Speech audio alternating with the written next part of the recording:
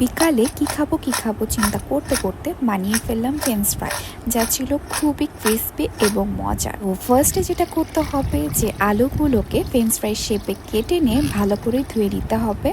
তারপর এটা 5 মিনিটের মতো একটু সিদ্ধ করে নিতে হবে। আলুগুলো সিদ্ধ হয়ে আসলে এরপর এটাকে ঠান্ডা পানি দিয়ে কতক্ষণ ভিজিয়ে রেখে দিতে হবে। এবার পানি ছড়িয়ে একটা সুতির কাপড়ের সাহায্যে ভালো করে আলুগুলোকে মুছে নিতে হবে। এরপর এতে অ্যাড করে দিতে হবে কর্নফ্লাওয়ার। কেউ চাইলে এই পর্যায়ে কর্নফ্লাওয়ারের পরিবর্তে কর্নস্টার্চও ইউজ করতে পারে। এরপর এই আলুগুলোকে তেলের ভেতর ছেড়ে দিতে হবে।